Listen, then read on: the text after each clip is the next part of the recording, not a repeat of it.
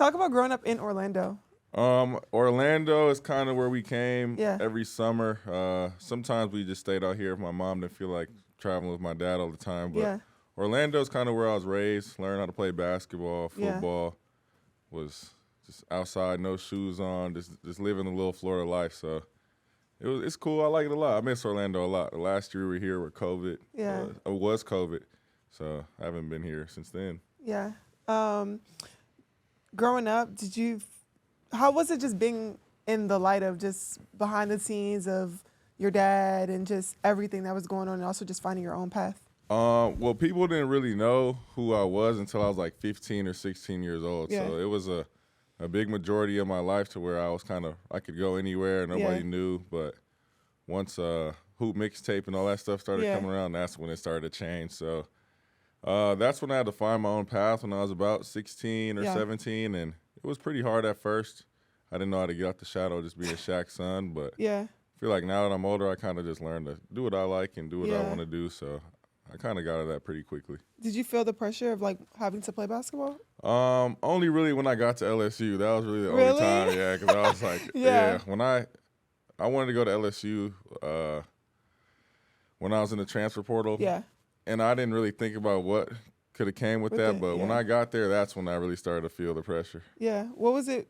How was it for you at UCLA initially? UCLA was good school-wise. I just had to go through some health stuff, Yeah. so I wasn't really there a lot of the time when I was going through my recovery. But I'm still in contact with some of the guys on my team today, some of the coaching staff and the trainers. So I love UCLA. I always go back and stay pretty close to that area when I'm in LA, walk around campus. So I like UCLA.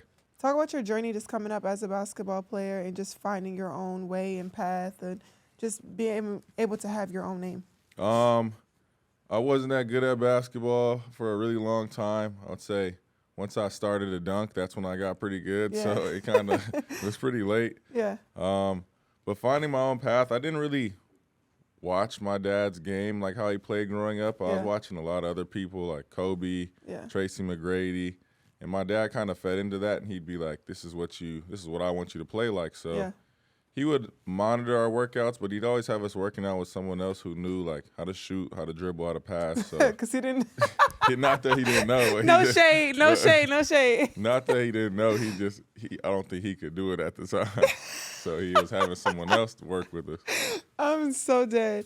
And then just talk about your health, what your situation that happened at UCLA and how you've been able to get back on your feet and just live life. That was a crazy situation at UCLA. I'm glad I was able to be at a school that took that much time to find out what was going on with me, because I was getting cleared basically my whole life by all these doctors to play basketball, and I wasn't supposed to be. So shout out my guy Shane for really locking in and helping put a heart monitor on me and see what's going on. But that was pretty scary. I was out for like a year and a few months.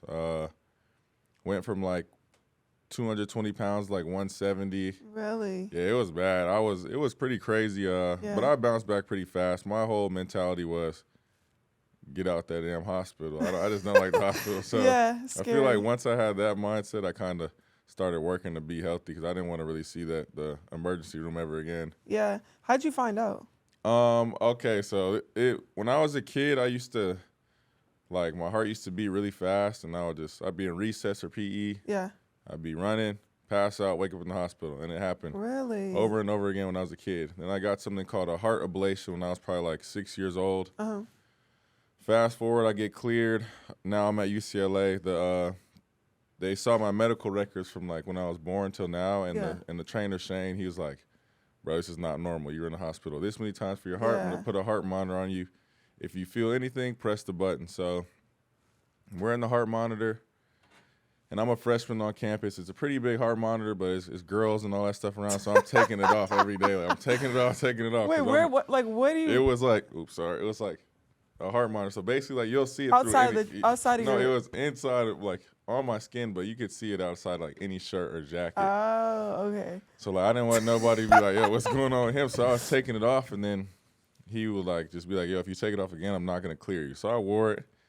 I would practice with it, and then there was, like, a quick second where I felt like my heartbeat, like, it did like 2 super fast beats, and I was like, yeah, I'll press it. Yeah. And I pressed it. Like a week goes by. It's like 2 weeks before the season starts. He calls me. He says, "Can you come to the facility?" I pull up. He's like, "Can you call your mom?"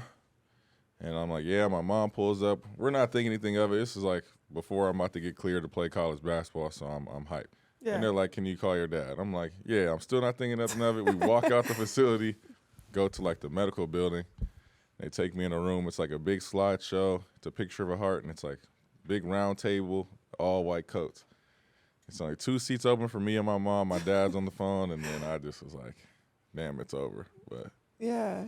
How was the mindset of you just going through it after the fact? And were you still thinking that you wanted to still play basketball? Because I feel like your dad was like, do not play again. That's it, Shareef. Like, don't do it no more. It was like my family was really curious to see what I was going to say. There was days I wake up and be like, yeah, I want to play basketball again, but then there was days where like, I'm cool, never even running again. Like I just want to just lay down, and because I was scared of my heart like reaching a faster pace than what it already was. So my dad didn't really like me playing. He always said it. Yeah. My mom, she wants to be supportive. She doesn't want me to be mad at her or anything. So she kind of was like, I'll let you decide. But I know she didn't want me to play either. And I just wanted to play this for my own self. I feel like just to make my 18-year-old self proud. I wanted to be able to come back and just, be able to shoot and dunk and do all that again. Yeah.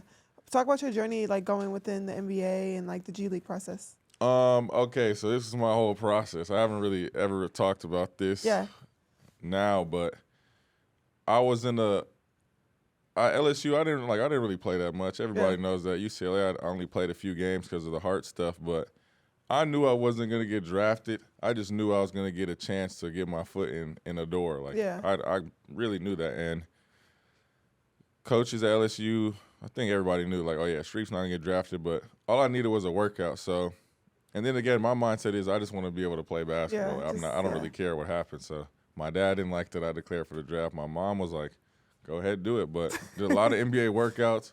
Just got eyes on me. The Lakers picked me up for summer league. Yeah. I kind of was hoping a team my dad didn't play for was going to pick me up, but I love the Lakers. They looked out for me. I feel like that brought a lot more like marketing to my name that I was in the Lakers. Yeah, so for sure. I knew the Lakers weren't going to pick me up either, so I knew I was going to play G League. But when I did G League Ignite, I was pretty happy with that. I liked that team. I liked all the players. So I kind of was just playing for fun, though, but people don't really know that. I just wanted to see how far I could go. Really? Yeah. What was your point where you were like, okay, it's time for me to move on and figure out what's next? So I always told myself if I have to get another surgery after my heart surgery, I'd be done. So when after Reebok, I went back to Sacramento. I had to get a double knee surgery, so I stopped. Really? It was just a knee scope, but I don't want to be the man that's like 35 years old, had a cane, had a heart surgery. I was like, let me just chill. So now I just play for fun, and I just do stuff too. Yeah. I'll still play for fun. Like in the summer, I might like go to like a Drew League or something, but I just be chilling now. How many years of college did you do? Basically like 3. So you have a year eligibility left, but you see that there's a new thing right now. It's crazy. I was telling my mom that I was like, I would go back just to play like a few games with Shakir. That's really all. Not like I feel like if I go back to college, well, I'm 26 now. I know people will probably clown me, but well, guys are going back. I mean, they're going to get the NIL because did you get NIL? Yeah, I was there the first year NIL. I probably did but I was there when NIL was kind of like chill though. I didn't know it was going to be what it was now, but I could go get some NIL. I really just want to play a few games with Shakir and go like enjoy basketball. I know in college I was worried about like who's going to pick me up, how much playing time, but now if I'm 26 playing against some 18-year-olds, it's light. Okay, so we might see you back somewhere. Maybe, yeah. If Shakir stays, I will definitely consider going back. They can even put me as a walk-on. I just want to get in some games just to play with Shakir. Just to do it. Yeah, that'd be fun. That's cool. I like that. Shoot your shot on Prize Picks and get $50 instantly in lineups when you play your first $5. That's right. Prize Picks is now giving you $50 in lineups when you sign up and play your first $5. Prize Picks makes every dunk, every dime, and every board that much more exciting. So don't miss this chance to get started on America's #1 app for sports picks. Prize Picks is so simple to play. I have gotten all my friends hooked. Football season may be over, but now we can focus on so much basketball. Wemby, Cooper Flag, these guys can hoop. More points, more block shots, and rebounds. More. We got some young studs in the house. On PrizePicks, how you play is up to you. If you want flexibility, choose FlexPlay, where you can get paid even if one of your picks misses.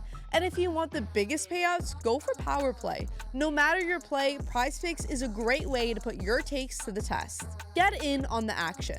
PrizePicks is now available in all 50 states, including California, Texas, Florida, and Georgia. Download the PrizePicks app today and use code ANGEL, A-N-G-E-L, to get $50 in lineups after you play your first $5 lineup. That's code ANGEL to get $50 in lineups after you play your first $5 lineup. PrizePicks, it's good to be right. This episode is sponsored by Ally. Give your savings an assist with Ally Bank's Dynamic Duo. Just like the dynamic duo of me and your pod angel, now we have Ally's Dynamic Duo on here too. Hey, let's go. We love a dynamic duo.